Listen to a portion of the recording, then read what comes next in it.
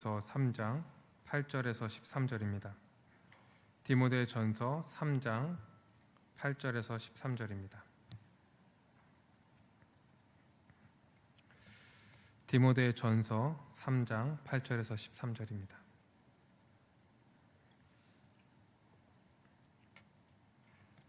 우리 한 절씩 교독하도록 하겠습니다.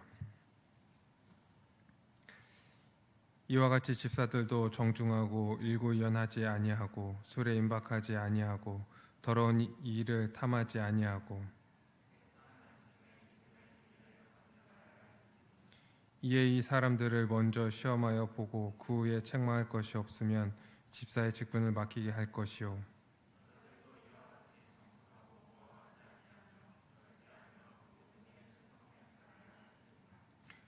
집사들은 한 아내의 남편이 되어 자녀와 자기 집을 잘 다스리는 자일지니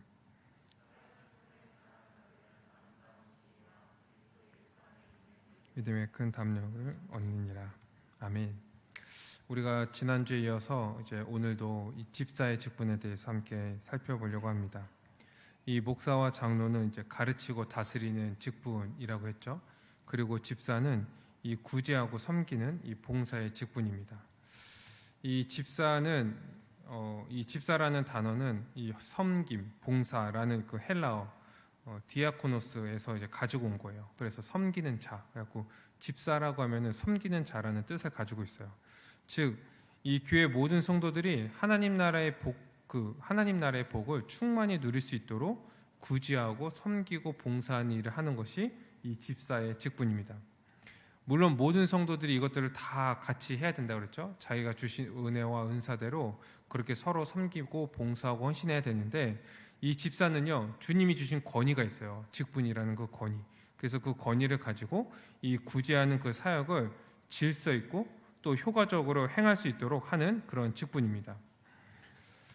이 집사는 성도들을 대신해서 어떠한 일을 하는 사람이 이제 교회 일을 하는 사람이 아니라고 그랬죠.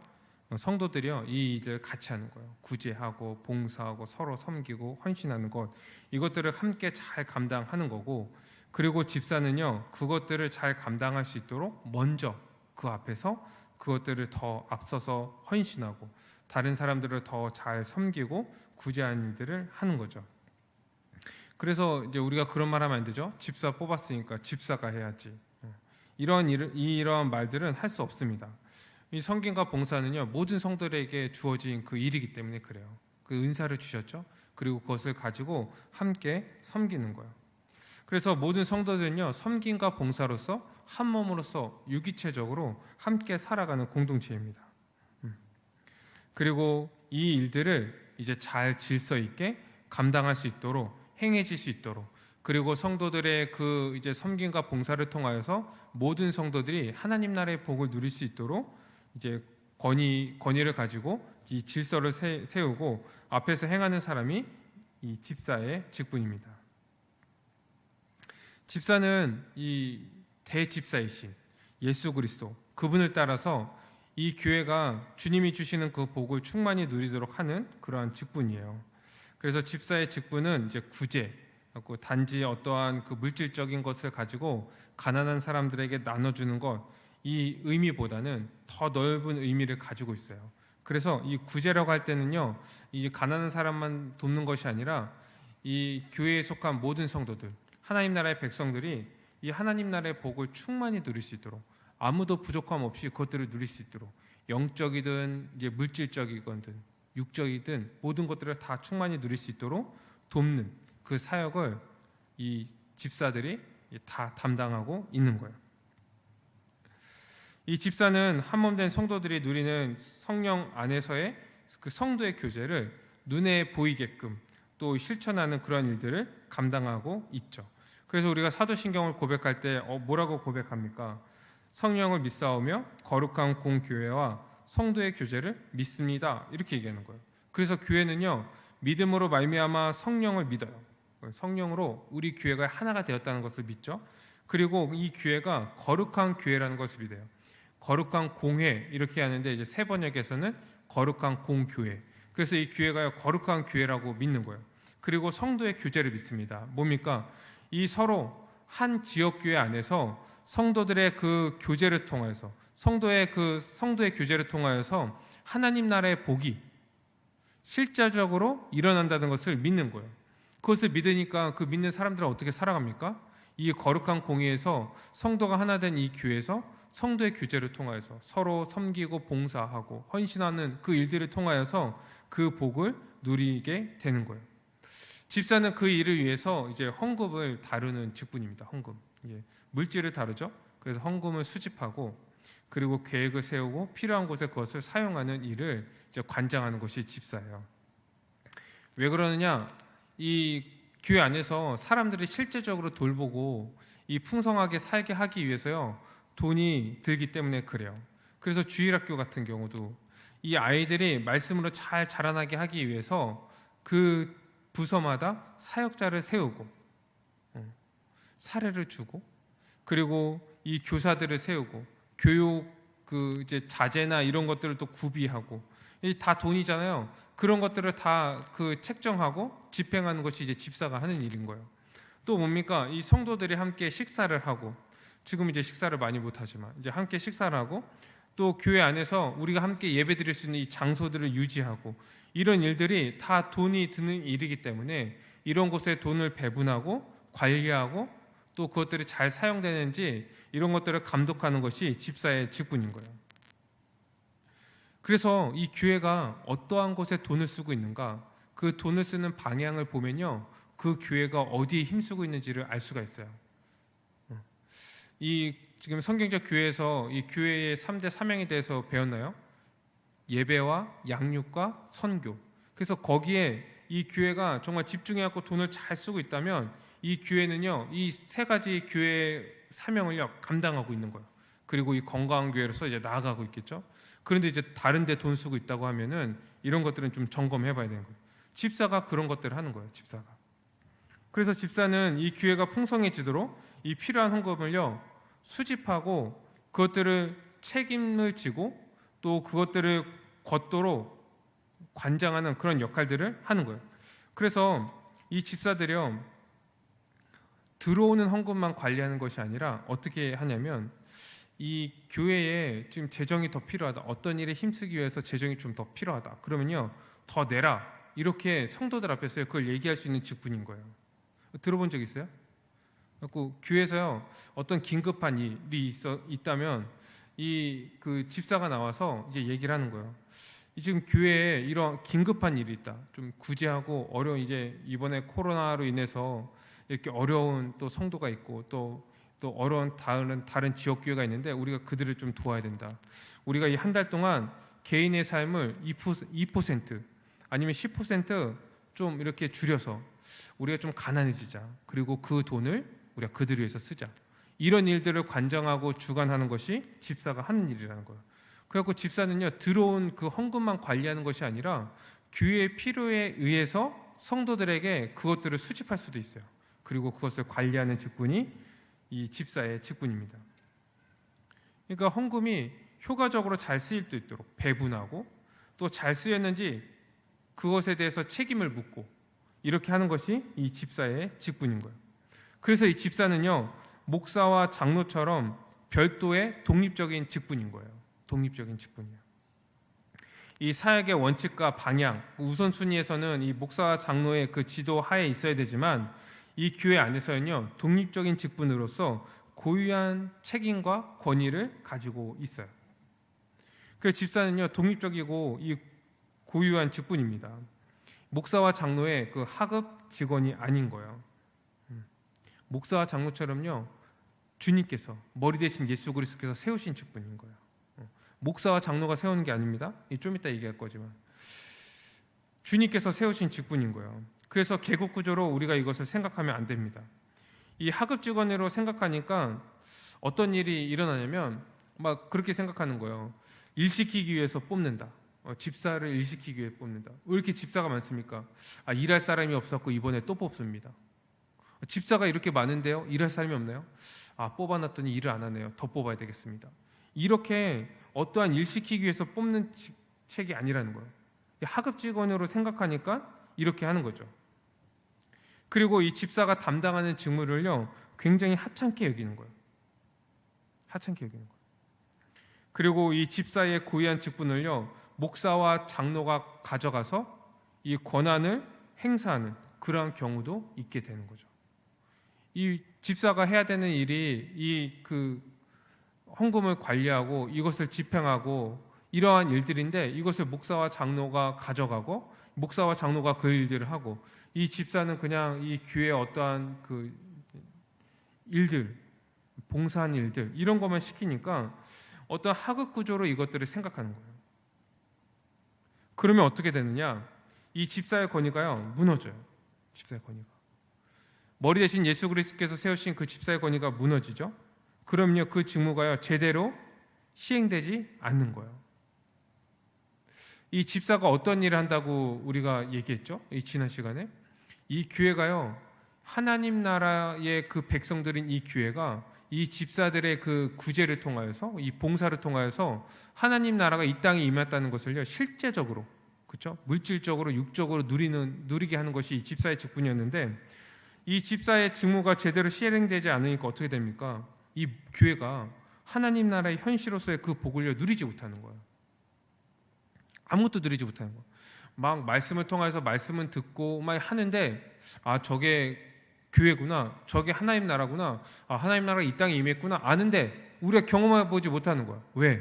집사의 직무가 제대로 시행되지 않기 때문에 그러는 거예요. 이런 일에는 이제 목사와 장로가 그 권한을 가져가서 이제 그런 경우들이 많이 있죠. 그래서 이 주님이 주신 그 직분의 그 한계를 뛰어넘는 거예요. 주님보다 더 높은 자리에 앉으려고 하고, 이 말씀대로 교회를 다스려야 되는데 자기의 마음대로 좌지우지하려고 하고, 이러니까 이 모든 그 직분의 체계가 무너지고, 그래서 그 직분들이 잘 시행되지 않으므로 이 교회가 이제 하나님 나라의 복을 제대로 누리지 못하게 되는 거예요. 그렇기 때문에 여러분, 이 집사가요 독립적이고 고유한 직분이고, 그리고 직무를 가지고 권위를 가졌다는 것을 우리가 잘 이해해야 됩니다. 그렇게 되면요, 이 교회 안에서 이 모든 성도들이 한 명도 소외되지 않고, 이 집사의 그 사역과 또 이 성도들의 교제, 그리고 교회의 재정, 이것들을 통하여서요 이 하나님 나라의 복을요 충만히 누리게 되는 거예요. 충만히 누리게 되는 거예요. 지금 이게 많이 무너졌어요. 이 한국 교회도 많이 무너졌고, 이제 다른 이제 교회들도 많이 무너져가지고 이 교회 안에서 그 그리스도의 충만을 잘 누리지 못하게 되는 거죠. 이 집사의 직분이 이렇게 중요하다 보니까 아무나 뽑으면 안 되겠죠. 그래서 성경은요 목사와 장로뿐만 아니라 이 집사의 자격에 대해서도요 딱 얘기를 하고 있어요. 이런 사람을 뽑아라 얘기하는 거예요. 그것이 이제 오늘 말씀이죠. 이 8절에서 우리가 13절 얘기를 이제 같이 읽었는데, 집사, 어떠한 사람들을 집사로 뽑아야 되는지를 지금 얘기하고 있는 거예요. 그 3장 앞절에는 1절에서 이제 7절까지는 목사와 장로를 어떤 사람을 뽑아야 되는지를 지금 얘기하고 있는 거고, 그래서 이 집사는 그냥 단순히 기능적이거나 실무적인 역할을 하는 사람들이 아니기 때문에 그러한 기능적인 것들을 보고 이 집사의 직분을 뽑으면 안 된다는 거예요. 교회와 이 성도들에 대한 영적인 판단을 해야 되거든요. 이 교회의 상황이 어떠한지를 보고, 지금 그래서 어디에 힘써야 되고 어디에 재정을 투입해야 되고 어디에 인력을 투입해야 되는지를 잘 알고 이것을 분별하고 그것을 집행해야 되는 사람이기 때문에요 영적인 판단력이 있어야 돼요. 그 성령의 지혜, 성령의 인도하심에 따라서 이것을 지혜 있게 잘 감당해야 되는 거죠. 그래서 우리가 지난 시간에 살펴본 이 사도행전 6장에 보면은 이 집사의 직분에 대해서 뭐라고 이제 두 가지를 설명하고 있는데, 사도행전 6장 3절에서 6절 말씀에 그렇게 얘기하고 있습니다. 3절 말씀에 성령과 지혜가 충만하여 칭찬받는 사람을 뽑으래요. 집사를 뽑는데 성령과 지혜가 충만하여 칭찬받는 사람. 또 5절에 보니까 믿음과 성령이 충만한 사람을 뽑아라 이렇게 얘기하는 거예요. 여기서 성령과 지혜가 충만하고 칭찬받는 사람은 무엇이냐면 성령의 인도하심을요 잘 아는 사람, 성령의 인도하심을 아는 사람. 그래서 지금 어디에 힘써야 되고 이 교회가 어디에 지금 인력과 또 물질을 써야 되는지 아는 사람, 이런 것들을 잘 인도하심을 잘 알고 그 인도하심에 순종하는 사람을 뽑아야 된다 얘기하는 거예요. 그러기 위해서는 어떻게 됩니까? 믿음이 있어야 되잖아요. 그래서 믿음과 성령에 충만한 사람을 뽑아야 된다.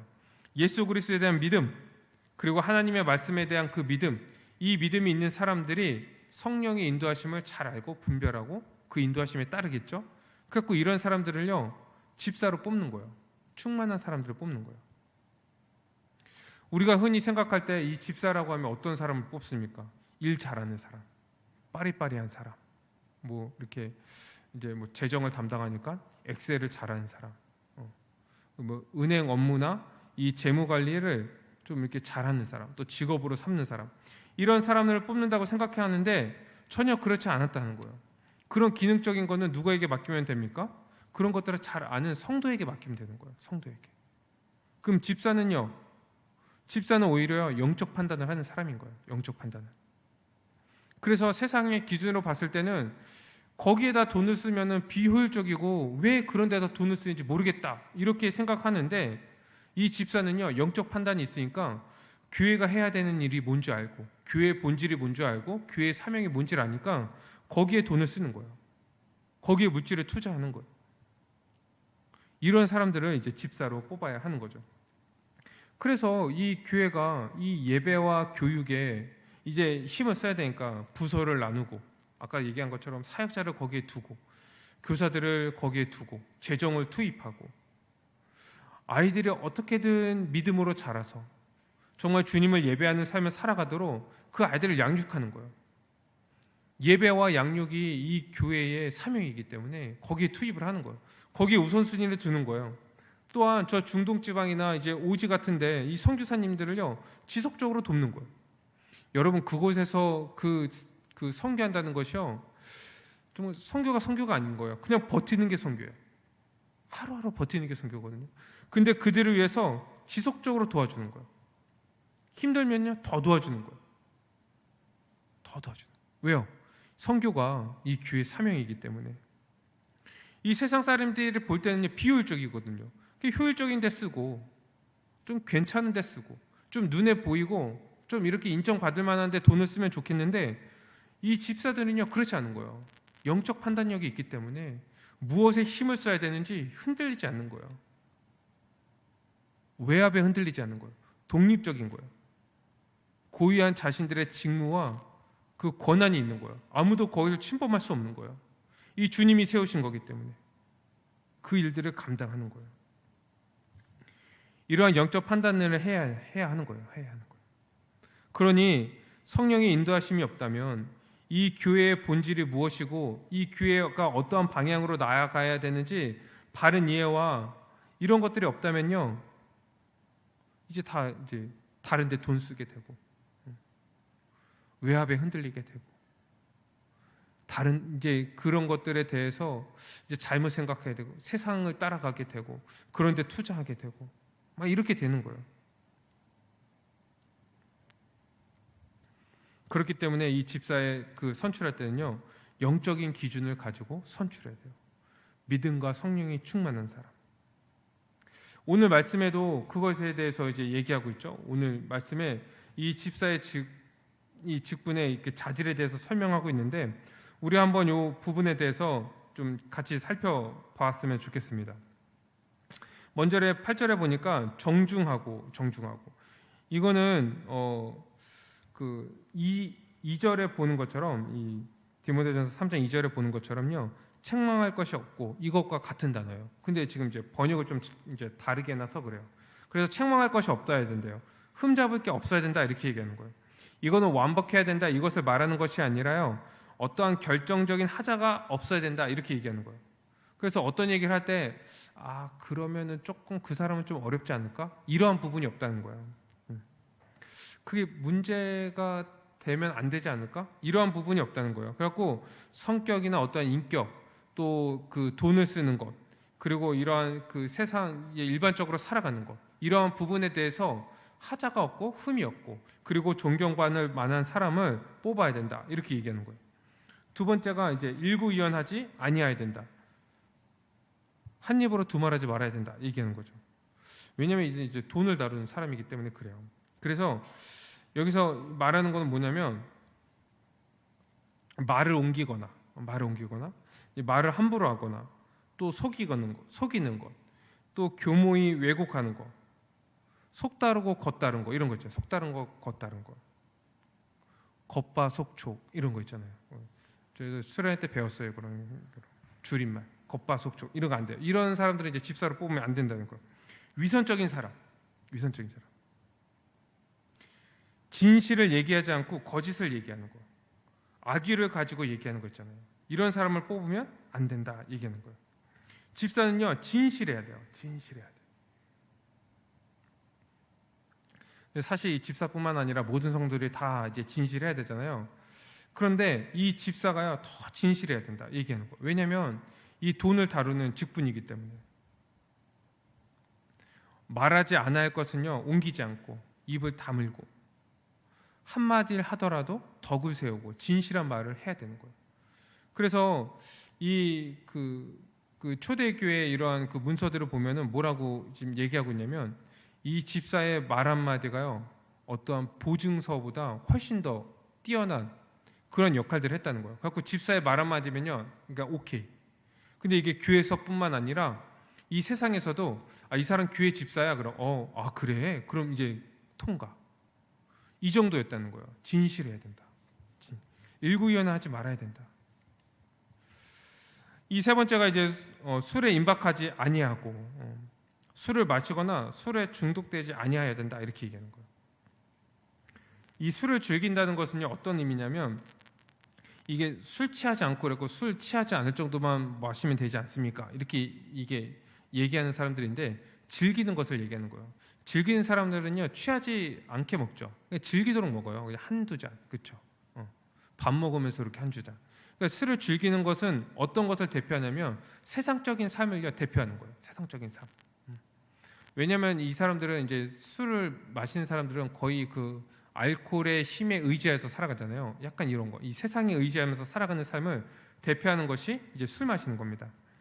그리고 이것을 더 확장하다면요, 방탕하거나 절제하지 못하는 것, 그 다음에 육체의 쾌락을 추구하는 것, 과도하게 무엇을 집중하는 것, 탐닉하는 것, 그렇죠?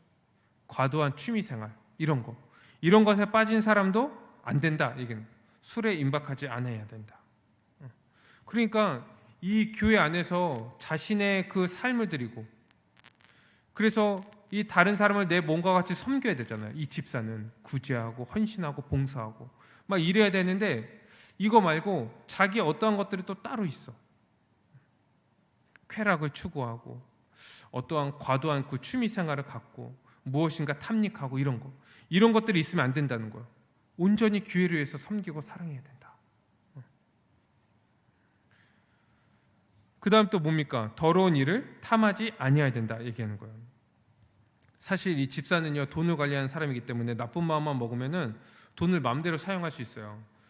왜냐하면 그것을 이제 관리 감독하는 그러한 그 제도나 시스템들이 잘 안 돼 있는 교회들이 많기 때문에 그렇거든요. 그래서 이 돈 문제에 대해서는 깨끗해야 된다 이렇게 얘기하는 거예요. 이 돈 문제에 대해서 한 번도 그런 일이 없는 사람을 뽑아야 된다. 그래서 돈을 수집하고 관리하는 이 직분을 감당하는 동안 더러운 이익을 탐하지 않아야 된다 얘기하는 거예요. 더러운 이익을 탐하지 않아야 된다. 오히려 자신의 돈을 내어주면서 다른 사람들을 돕고, 이 다른 사람을 돕는데 인색하지 않는 사람. 어떤 분들은요, 교회에 이렇게 이제 처음 올 때 큰 교회를 찾는데요. 왜 그러냐 그랬더니 자기 사업을 홍보하고 또 이렇게 고객들을 좀 유치하기 위해서 좀 큰 교회들, 그리고 많은 교제권에 있는 교회들을 찾는다는 거예요. 이 교회를 자기의 이익을 위해서 삼는 사람들 안 된다. 이게 안 된다.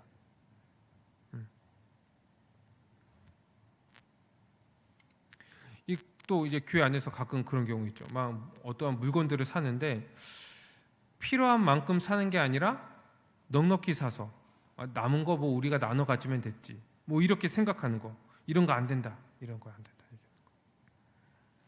두려운 마음을 가져야 된다는 거예요. 이 교회의 돈에 대해서.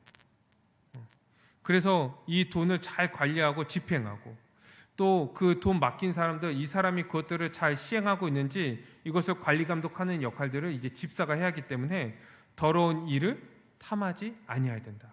얘기하고 있는 거예요. 그 다음 또 뭘 얘기합니까? 깨끗한 양심에 믿음의 비밀을 가진 자여야 한다.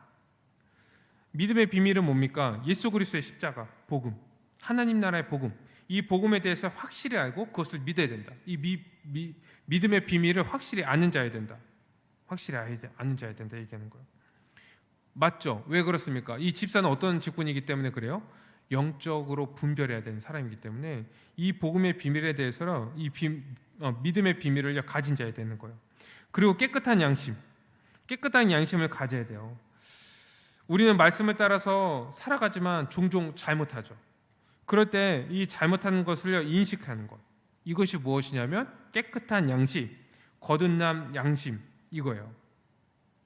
그러면 이 깨끗한 양심, 거듭난 양심을 가진 사람들은 어떻게 하냐면 자기가 어떠한 잘못을 했을 때요, 그것을 돌이킵니다. 회개해요. 근데 만약에 이 깨끗한 양심이 없는 사람들은 어떻게 되냐면 굳은 양심, 더러운 양심, 그 죄를 죄로 인식하지 못해. 다른 사람들은 그게 다 죄인지 아는데 그래갖고 막 치리도 하고 막 하는데 자기는 인식하지 못해. 그럼 이제 큰 문제죠. 그래갖고 깨끗한 양심을 가져야 된다. 막 횡령하고 막 어떤 부분에 대해서 잘못 사용하고 그리고 자기의 그 직분들을 잘 감당하지 못하고 이러는데 자기는 깨닫지 못해. 굳은 양심을 가지고 있는 거예요. 회심하지 못한 양심을 가지고 있는 거예요. 그럼 안 되겠죠. 그래서 깨끗한 양심을 가진 자여야 한다. 그렇기 때문에 이 믿음의 비밀을 가진 자여야 하고 깨끗한 양심을 가진 자여야 하는데 이것은요, 이 집사 직분만 아니라요, 이 모든 그 직분자들이 다 가지고 있어야 돼요. 깨끗한 양심을 가지고 있어야 돼요. 그래서 어떤 사람이 이 죄에 대해서 그 사람이 잘못한 부분에 대해서 딱 얘기를 했을 때요, 그것을요 안타까워하고 회개해야 돼요. 이런 사람은 깨끗한 양심을 가진 거예요. 이 믿음의 비밀을 아는 사람인 거예요. 십자가 복음으로 말미암아 자기가 어떠한 상태에서 어떠한 자로 이 변화되었는지를 아는 거예요. 죄에 대해서 끔찍하게 생각하는 거예요. 양심의 가책을 느낄 줄 아는 거예요. 깨끗한 양심을 가진 자들, 이 모든 직분자들이 다 이것을 가지고 있어야 되는 거예요. 이 양심은요 종과 같아요. 그래서 어떠한 잘못한 것이 있다면요 우리에게 경종을 울리거든요. 경종을 울려요. 그래서 우리가 죄인이었을 때는 우리가 죄를 짓고 살아고 하나님의 주되심을 거부하고 살아도요 이게 죄인지 모르고 그냥 사는 거예요. 왜 내 인생 내 건데 내 맘대로 살아야지, 너네가 이상한 거 아니야? 양심의 가책을 느끼지 못해요. 근데 이 깨끗한 양심, 거듭난 양심은요 아는 거예요. 죄가 무엇인지 알아요. 또 주님이 원하시는 뜻이 무엇인지 아는 거예요. 그래서 누가 잘못한 부분에 대해서 딱 얘기를 할 때요 그 양심이요 종을 울려요. 아, 너 이거 잘못한 거야. 너 큰일 나. 빨리 회개해. 그리고 돌이키는 거예요. 그래서 항상 이 성경을 기준으로 해서 이 회개하고 또 믿고 그렇게 살아가는 거예요. 이 깨끗한 양심. 이 집사뿐만 아니라 모든 그 직분자들 그리고 모든 성도들은요 이 깨끗한 양심을 가지고 있어야 돼요. 겸손해야 돼요. 말씀 가운데. 그리고 성도들이 함께 살아가는 그 성도들이 권면하고 또 치리하고 할 때요 그것을 들을 줄 알아야 돼요. 돌이킬 줄 알아야 돼요. 두려워할 줄 알아야 돼요. 그 말씀 가운데. 아, 너무 예민한 거 아니야? 아, 너무 그렇게 할 필요가 없지 않아? 이렇게 생각하면요 한번 의심해 봐야 돼요. 그리고 또 뭐라고 얘기하고 있냐면 10절에 이에 이 사람을 먼저 시험하여 보고 그 후에 책망할 것이 없으면 집사의 직분을 맡겨라, 이렇게 얘기하고 있죠. 집사는 절대로 함부로 맡기면 안 된다는 거예요. 반드시 시험의 과정을 겪어야 돼요. 검증해야 된다 얘기하는 거예요. 검증해야 된다. 그래서 괜찮다고 하면은 집사의 직분을 맡겨라. 우리 이제까지 뭐 집사 이렇게 투표하고 그럴 때 검증해봤나요? 시험 봐봤어요? 책망할 것이 없는지 이렇게 봤나요? 성경에서 분명한 기준을 지금 얘기하고 있는 거예요. 그럼 어떻게 시험하고 검증해야 되냐? 이게 약간 이제 애매해요. 왜 그러냐면 어떤 시험을 딱 봐서 이제 검증하고 뭐 우리가 이제 토익 시험이나 어떤 이제 자격증 시험처럼 이제 시험을 보고 몇 점 이상 합격, 집사 딱 주면 좋은데 그런 게 아닌 거예요. 앞에 있는 목록들을 보면요 그렇게 확인할 수 있는 목록들이 아니잖아요. 어떻게 해야 되냐면 오랜 시간 두고 보는 거예요. 오랜 시간. 같이 한 교회에서요, 이 세례 서약을 잘 지키고 있는지, 그리고 이 성도로서 다른 사람들을 위해서 자기 몸처럼 사랑하고 있는지, 자기의 돈을 다른 사람한테 쓰는데 인색하진 않는지, 말을 함부로 하지 않는지, 또 어떠한 죄를 지적했을 때, 잘못한 것을 지적했을 때 스스로 돌이키는 힘이 있는지, 사람들로 하여금 존경을 받고 존중을 받는지, 이런 것을요 오랜 시간 동안 함께 한 몸으로서 교회로 지내면서요 보는 거예요. 그리고 증명되면은 그때 집사로 뽑는 거예요. 그냥 적당히 평가하는 것이 아니라 이 분명히 살피고요 확증해야 되는 거, 확증해야 된다. 책망할 것이 없어야 된다 얘기하는 거예요. 그렇기 때문에 여러분, 우리가 이게 직분을 세울 때요, 저 사람 지금은 부족한데 맡기면은 잘할 거야. 자리가 사람을 만드니까 맡기면은 그 자리에 맞는 그런 역할들을 할 거야. 이렇게 하면 안 된다는 거야. 이렇게 하면 안 된다는 거야. 여러분, 자리가 사람을 만든다는 거 어떤 면에서는 인정을 해요. 그런데 직분은 그렇게 맡기면 안 된다는 거예요. 아니, 어디 집사나 장로나 이 목사의 직분을 뽑을 때 성경에서 자리가 사람을 만든다, 우선 뽑아라, 이런 게 어디 있습니까? 분명한 기준들을 얘기하고 있거든요. 분명한 기준들을. 그러니까 이 직분자를 뽑을 때는요 분명한 기준을 가지고 뽑아야 된다는 거예요. 분명한 기준, 성경에 나와 있는 그 기준들을 가지고 뽑아야 된다. 아니, 그러면 뽑을 사람이 누가 있습니까? 아니, 그러면은 뽑지 말아야지. 뽑지 말아야지. 이 직분자가 얼마나 중요한데, 우리가 이제까지 지금 계속 봤잖아요. 목사, 장로, 집사가 얼마나 귀중한 직분인지. 그런 사람이, 이 직분자로 뽑을 사람이 교회에 없다면 뽑지 말고, 그런 사람이 잘 나올 수 있도록 계속 말씀으로 가르치고 양육하고, 또 함께 한 몸으로서 모든 성도들이 은사를 가지고 서로 살아가고, 그렇게 살아가면서 또 드러나는 것이 있는지 또 검증하고 시험해 보고, 저 사람 괜찮은 것 같은데, 이런 모습이 또 나타나야 되고, 이런 것들이 나타나야 된다는 거예요. 그럴 때 뽑아라 얘기하고 있어요. 그리고 11절에 뭐라고 얘기하고 있습니까? 여자들도 이와 같이 정숙하고 모함하지 아니하며 절제하며 모든 일에 충성된 자여야 한다. 정숙해야 된다. 이 약간 이 단어가 한국어로 얘기하면은 약간 남녀 차별처럼 느껴질 수 있는데, 이것도요 8절에 있는 정중하고 이것과 같은 단어예요. 같은 단어예요. 책망할 것이 없고 이 단어고요. 정숙하고, 그리고 여자는 모함하거나 헌담하지 않아야 한다 얘기하는 거예요. 근데 이 7절에 나와 있는 그 여자에 대해서 이제 많은 견해들이 있는데요. 크게 두 가지 견해가 있어요. 하나는 뭐냐면, 이 집사의 아내로 볼 것이냐 아니면 여집사로 볼 것이냐, 이 견해가 있는 거예요. 왜냐하면 지금 집사의 직분을 얘기하는 중간에 이제 여자가 나왔기 때문에 그런 거죠.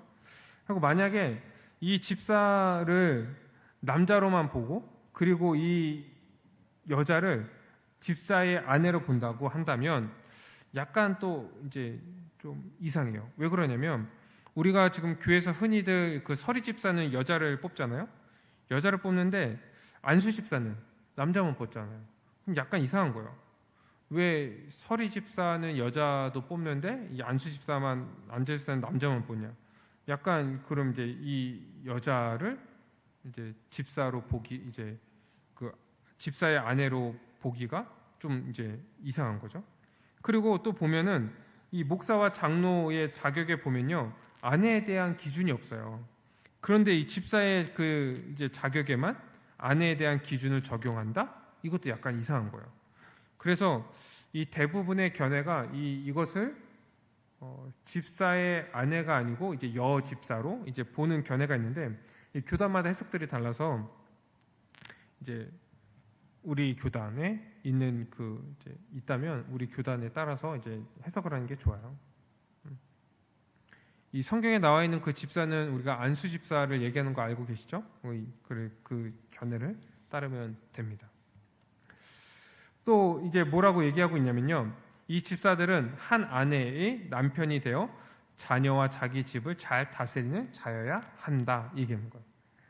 아내, 그렇죠? 또 이제 남편, 이 자녀로부터 존경과 인정을 받아야 된다는 거예요. 왜 그러냐면 이 집사들도 이 교회 안에서 한 일정 부분 이제 질서를 부여하고 다스리는 그 일들을 하거든요. 그렇기 때문에 이 자기 집에서 그 다스리는 것에 대한 인정을 받아야 된다는 거예요. 받아야 된다. 집에서도 본이 되어야 된다, 얘기하는 거예요. 막 이제 집사 직분을 딱 세우는데 가족들이 반대. 우리 엄마 아빠는 교회에서만 그래요. 막 이러면 뽑으면 안 된다는 거예요. 자녀와 또 이 남편과 아내로부터요, 존중을 받아야 된다. 존중을 받아야 된다. 근데 뭐 집사뿐만 아니라 모든 직분들이 다 그래야겠죠. 다 그래야겠죠. 이러한 것들을 잘 이제 해야 되는 거예요. 그러면 이러한 집사에게 주어진 은혜와 복이 무엇이냐? 그 얘기하고 있는 거예요. 집사의 직분을 잘 감당하는 자들에게는 아름다운 지위를 받게 될 것이다. 아름다운 지위. 이 정말 이 칭찬받을 만한 거예요. 이 집사가. 왜 그러냐면 누군가 자신을 돌보지 않고 이 주님의 섬김, 그렇죠? 대집사이신 예수 그리스도의 그 섬김을 대신하는 거잖아요. 이 섬김을요 통하여서 나를 섬기고 있어요. 우리를 섬기고 있어요. 이 한몸된 교회를 섬기고 있는 거예요.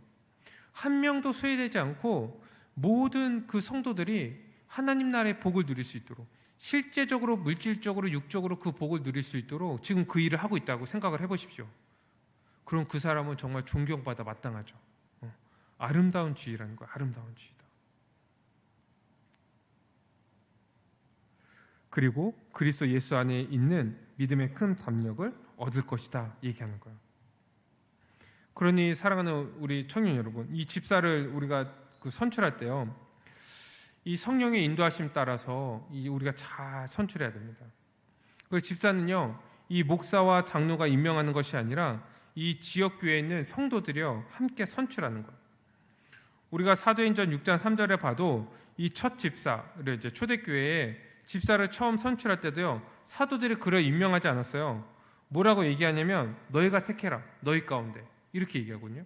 그래갖고 성도들이 그 기준에 합당한 자들을, 믿음과 성령에 충만한 자들을요 선택한 거예요. 7명을. 이 구약시대 때는 제비를 뽑았거든요. 그런데 신약시대 때는요 더 이상 제비를 뽑지 않아요. 왜 그러냐면 성령의 시대에 있기 때문에 그렇습니다. 그래서 이 교회에 어떠한 중대한 일이 있다면 어떻게 하냐면 성령의 인도하심을 따라 모든 성도들이 함께 모여서요 이제 그 뜻을 모으는 거예요. 뜻을 모으는 거예요. 이것이 어떠한 이게 투표의 그러한 그 형식으로 나타나는 거죠.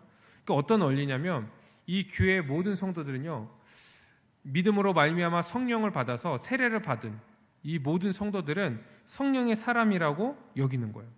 그래서 이 성령의 사람들이 투표를 해서 다수의 의견을 냈다면 그 다수의 의견이 성령의 뜻이고 이 머리 대신 예수 그리스도의 뜻이라고 여기는 거예요. 그래서 우리는 지금 어떠한 중대한 일이 있을 때 교회에서 우리가 투표를 하는 거예요. 그래서 우리가 그 형식은 이 세상에서 하는 것처럼 이 투표를 하지만 어떠한 후보들을 두고, 그러나 우리가 성령의 인도하심을 구하는 거예요. 우리가 성령의 사람들이기 때문에 작은 일에 대해서는 그냥 결정해도 돼요. 그냥 몇 사람이 그냥 이렇게 딱 하고 결정하고, 그리고 뭐 별 이상 없으면 그냥 따르면 되는데, 이 교회의 중대한 역할, 특히 이 직분자를 뽑는 거, 이런 일들은요 공동의회에서 같이 결정을 하고 투표를 하고 이제 세례교인들이 함께 그것들을 이제 투표하면서 결정을 하는 거죠. 그렇기 때문에 여러분, 이 교회 안에서 발언권을 갖고 투표권을 갖는 것이 중요하거든요. 이 중요한데 그럼 누가 갖느냐, 이것이 중요한 거예요. 같은 믿음, 하나님의 아들을 믿는 것과 아는 것이 하나가 된 자가 아닌 다른 사람이 그 발언권과 투표권을 가지면요 이 성령의 인도하심을 흩어버리는 거예요. 딴소리하고 세상적인 기준으로 얘기하고 세상은 이런데 교회는 왜 그러냐 막 이렇게 얘기하고 성령의 인도하심에 따라서 이쪽 방향으로 쭉 가고 있는데 이 사람 뒤에서 반대하고 그래서 이 교회는요 선을 분명하게 그어야 돼요. 아무나 교회 회원이 되지 못하도록 해야 되는 거예요. 아무나 막 세례를 주면 안 돼요. 아무나 교회에 들어오도록 하면 안 되는 거예요. 그래서 정말 이 복음 안에서 한 뜻과 한 마음으로 한 성령의 인도하심에 따라서 우리가 그것을 투표하고 그리고 다수의 의견에 따라서 그것을 결정해서 그 사람이 성령의 인도하심에 따라서 이 머리 대신 주님께서 세우셨다. 이것을 인정해야 되는 거죠. 이것이 우리가 그 직분자들을 선출하는 방식인 거예요. 이 성도는 그렇게 하기 위해서는요, 먼저 이 성경의 기준을 잘 알아야 돼요. 오늘 같이 이 집사의 직분의 그 자격에 대해서 같이 살펴봤는데, 이 성경의 기준을 잘 알고요, 이 직분자 그 후보자들, 이 사람들을 잘 살피는 거예요. 그리고 성령의 인도하심에 따라서 이제 투표를 하면 되는 거죠. 되는 거예요. 이제 몇 가지 조금 더 이제 얘기를 하려고 하는데, 이 만약에 직분자가요, 이 교회를 옮기게 되면 어떻게 됩니까? 직분자가 원래 이 직분자는 교회를 옮기면 안 되거든요. 이 교회에서 세워졌기 때문에. 근데 교회에 어떠한 이제 큰 문제가 있거나 아니면 이제 개인적인 어떠한 이제 큰 문제가 있어갖고 옮기게 되면은 그것을 옮길 때는요, 그 임기가 끝날 때 움직이는 게 좋아요. 그 이제 임기가 끝날 때. 근데 직분자는요 원래 안 넘기는 거예요. 그 교회에 이제 뼈를 묻어야 돼요. 뼈를 묻어요. 그리고 이제 지금 이제 교회에서 다른 교회에서 직분자였는데 이 사람이 지금 우리 교회로 왔다면 어떻게 해야 되나? 이 어떤 사람이 다른 교회에서 직분자였는데 우리의 교회로 오게 되면요, 그 직분이요 유효하지 않아요. 이제 유효가 끝난 거예요. 이게 모든 헌법에서 다 규정하는 거거든요. 그래서 이 형 교회에서 어떻게 해야 되냐면 겸손하게 섬기는 거야. 또 그냥 한 성도로서 서로 은혜와 은사를 가지고 봉사하고 헌신하고 섬기고 이렇게 살아가면서 이 사람의 또 어떠한 그 은사가 드러나고, 이 사람이 그 장로나 그 집사의 그런 기준에 자격 조건에 흠이 없다면 그러면 이 사람을 새롭게 직분자로 세우면 되는 거예요. 그래서 다른 교회에서 직분을 맡았다고 우리 교회 와서요 직분자가 될 수 없어요. 근데 우리가 지금 좀 문제가 뭐냐면 다른 교회에서 어떤 장로나 이제 집사 이러면은 우리 교회 와도요 이 장로나 집사로 이제 부르는 거예요. 호칭을 그렇게 부르는 거예요. 근데 여러분, 만약에 우리 교회에서 이 장로나 이제 집사를 뽑으면요 누가 뽑은 거예요? 우리 교회에서 뽑은 거잖아요. 그렇죠? 그럼 이 사람이 다른 교회 가면요 이 교회에서 뽑은 게 아닌 거예요. 그럼 이 사람은 이 교회에서 뭡니까? 그냥 성도예요. 당연한 거죠. 이게 당연한 건데 이게 약간 이상해서 이게 보니까 기독교 문화가 아니고요 이 유교 문화인 거예요. 유교 문화. 직분자가 아닌데 그 직분을 불러주는 거, 호칭을 불러주는 거예요. 안 불러주면 약간 섭섭해하고 내가 그래도 저 교회에서 이제 장로였는데 이 교회에서는 안 불러줘, 막 이러는 거예요. 그래갖고 막 불러주죠.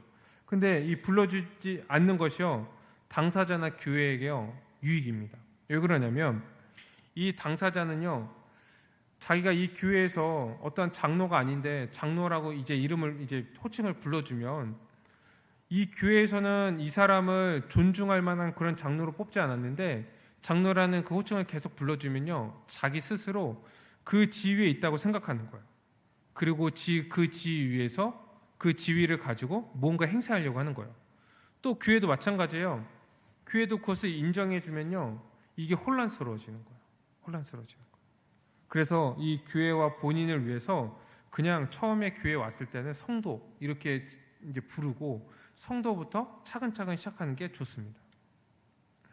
그리고 이제 직분자를 선출할 때도 이 목사나 이 장로나 이제 집사를 선출할 때 어떻게 해야 되냐면 이 집사, 특히 이 집사 같은 경우는 이 목사나 혹은 이제 장로, 이제 특정한 어떤 사람들, 이런 사람들의 어떤 유도나 이제 강요 이런 것이 있으면 안 돼요. 가끔 막 그런 경우가 있는데 뭐 이 사람은 이제 당에서 이제 선별한 사람이니까 다 찬성해 주십시오. 그래갖고 어떤 교회는 그 후보자들이 이렇게 있고 그 옆에 이제 이 사람들을 다 이제 뽑을 거냐 말 거냐 OX만 이제 하게 돼 있는 그런 이제 투표지도 있다고 그래요. 이렇게 하면 안 돼요. 이거는 성령의 사람들의 성령의 인도하심을 받는 것을 방해하는 거예요. 성령의 인도하심을요 부정하는 거예요. 그래서 이 목사나 장로는요 그런 행위들을 하면 안 돼요. 당회가 결정했으니까 따라라 이렇게 얘기할 수 없어요. 이 선출에 대한 부분들은. 또한 이 직분자를 선출하는 모든 성도들은 이 한 지역 교회 그 성도들이잖아요. 그래갖고 이 후보자들에 대해서 잘 알아야 됩니다. 잘 알아야 돼요. 누가 누군지 알아야 되고 어디서 봉사하고 어떤 일을 하고 어떻게 또 살아가고 이 교회에서 어떠한 봉사 일을 하고 있는지요 잘 알아야 돼요. 밀착해서 우리가 친할 필요는 없지만 어느 정도는 알아야 돼요. 그 사람을 이 집사로 뽑을지 말지에 대해서 알 정도는 알아야 돼요. 만약에 그것을 이제 모를 정도면요 이게 더 이상 교회가 아닌 거예요. 왜 그렇습니까? 성도의 교제를 믿는다고 해서 성도의 교제를 안 하고 있는 거니까 이게 큰 문제예요. 교회 이거 알아야 돼요. 알아야 돼요. 그리고 이렇게 알면서 이 사람이 진짜인지 검증하고 그리고 성령의 인도하심에 따라서 뽑게 되는 거죠. 항상 이 직분자들을 선출할 때는 모든 성도들은 성경의 기준을 가지고 그리고 성령의 인도하심을 가지고 이제 뽑아야 됩니다. 어떠한 개인적인 친분이나 여러 가지 관계들, 개인적인 유익 이런 것들을 가지고 뽑으면 안 돼요. 우리 부서 같은 선생님이네? 뽑고 이러면 안 돼요. 이분 내가 그래도 아는 분이 이분밖에 안 계시는데 이분이라도 뽑아야겠다. 이렇게 뽑으면 안 되는 거예요. 여러분 이 직분자가 이 교회에서 얼마나 중요한 건데 이렇게 뽑으면 안 된다는 거예요. 그렇기 때문에 이 선거운동도 하면 안 되는 거죠. 성령의 인도하심을 구하는 거예요. 성령 인도하심. 투표를 앞두고 막 밥 사주고 막 몰랐는데 와갖고 막 인사해. 안녕하세요. 예 이번에 나온 사람입니다. 예 이러면은 뽑지 마세요. 뽑지 마세요. 그 당사자가 안 그래도 이제 주위 사람이 막 전화해가지고 누가 알지? 이번에 나갔는데 이 사람 꼭 뽑지 마세요. 그렇게 선거운동하면 안 되는 거예요. 성령의 인도하심을 거부하는 거예요. 거부하는 거예요. 예수 그리스도가 이 교회의 머리이심을 거부하는 거예요. 직분자를 주님께서 세우신다는 것을 거부하는 행위인 거예요. 다 책임져야 돼요. 성령의 인도하심을 해방하는 거예요. 그런 것에 대해서 우리가 거부할 뿐만 아니라 그것에 대해서 우리가 두려워해야 돼요. 그걸 하지 마라 얘기해야 돼요. 하지 마라. 여러분 이제 우리가 이제 얼마 전에 투표를 했지만 이제 얼마 후에 또 투표를 할지 몰라요. 그런데 우리가 정말 이 직분자가 교회에서 얼마나 중요한지를 잘 알고 그들을 존경하고 존중할 뿐만 아니라 그들을 위해서 함께 기도하고 그리고 그들을 선출할 때 또 이 성경의 기준을 가지고 잘 선출하고 그래서 이 교회가요 주님께서 세우신 그 직분자들을 통하여서 정말 하나님 나라의 그 복, 그 현실을요 온전히 충만하게 누렸으면 좋겠어요. 또한 여러분 지금 우리가 이제까지 이제 직분자, 목사, 장로, 이 집사에 대한 직분에 대해서 쭉 얘기했지만 우리가 지금 청년부 안에서 또 이 교회 안에서 맡은 그런 직분들 있잖아요. 항존직이 아니었더라도 교사 있고 뭐 여러 리더도 있고 찬양팀도 있고 뭐 여러 가지 직분을 맡았잖아요. 그 직분에 대해서도 우리가 한번 잘 생각해 보았으면 좋겠어요. 이것이 이 직분은 그럼 사람이 세웠냐? 아니죠. 이 교회의 머리 대신 예수 그리스도께서 세우신 거예요. 그 자리를 맡기신 거예요. 그 자리를 맡기신 거예요. 그럼 우리가 이것에 대해서 잘 생각하고 이것이 어떠한가? 이것이 얼마나 영광스러운 직분인가? 우리가 다시 한번 생각하고 잘 감당하기 위해서 우리가 애쓰고 힘쓸 뿐만 아니라 이것을 위해서 기도하고 우리가 또 이 직분을 감당하는데 좀 이제 해야 되지 말아야 되는 분 이런 부분들이 있다면은 잘라내고 온전히 감당해서 우리의 그 직분을 통하여서 이 함께한 그 청년부들 또 이 교회 모든 성도들 주일학교들 이 모든 자들이요 이 하나님 나라의 현실을 누릴 수 있도록 나 하나 뭐 이래도 뭐 다른 사람 있으니까 괜찮겠지. 그러면 큰일 나는 거예요. 내가 맡은 그 직분 때문에 이 다른 사람들이 하나님 나라의 복을 누리느냐 누리지 못하느냐, 충만히 누리느냐 누리지 못하느냐, 온전하게 누리느냐 그렇지 못하느냐가 결정된다는 그 사실을 알고 정말 잘 감당하기를 주님의 이름으로 축원드립니다. 우리 이 시간 말씀해가지고 함께 기도합시다. 우리 먼저 기도할 것은 이 교회 머리 대신 예수 그리스도는 이 교회 모든 성도가 하나님 나라의 복을 실제적으로 충만히 누릴 수 있도록 집사를 세우셨습니다.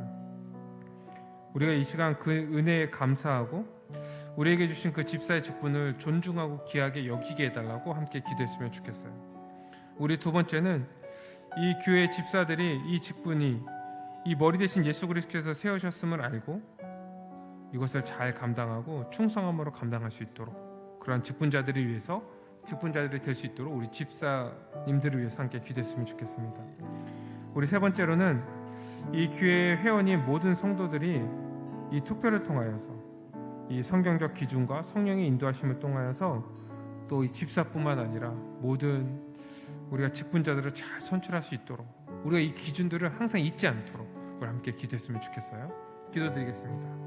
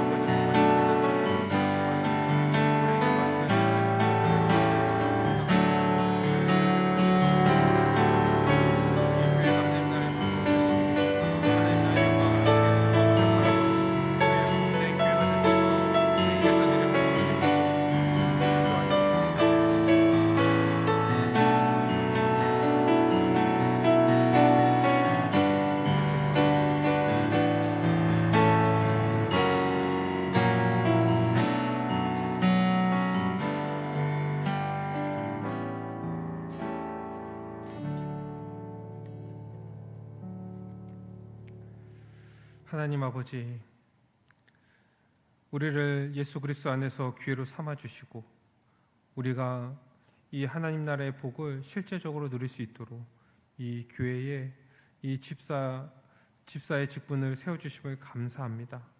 우리가 이 집사의 직분 정말 주님께서 세워 주신 직분임을 알고 잘 존중하고, 하나님 이 집사님들도 이 직분이 이 머리 대신 예수 그리스도께서 세우셨음을 알고 그 직분을 충성되게 잘 감당할 수 있도록 은혜 베풀어 주시옵소서. 또한 주님, 우리가 이렇게 또 앞으로도 계속 이 직분자들을 또 뽑는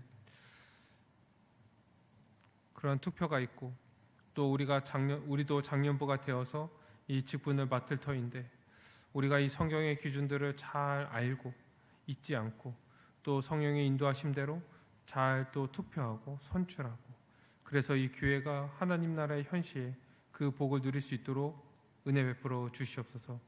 주님, 무엇보다 우리가 지금 각 자리에서 주님께서 주신 그 직분들이 있습니다.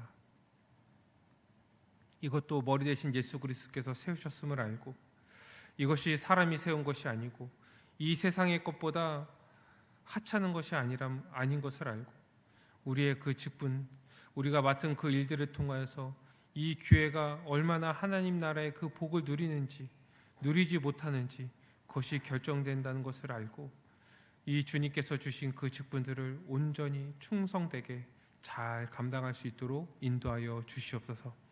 그리고 주님, 우리가 한 몸 된 교회로서 함께 살아가는데 우리가 정말로 부족한 부분이 있다면 서로 돕고 사랑하고 기도하고, 또 하나님, 우리가 잘못된 것들이 있다면 서로 얘기해주고 또 돌이키고, 그래서 우리가 예수 그리스도 안에서 한 뜻과 한 마음으로 정말 그리스도의 장성한 분량대로 우리가 자라가는 데 부족함 없는 우리 청년부가 될 수 있도록 인도하여 주시옵소서.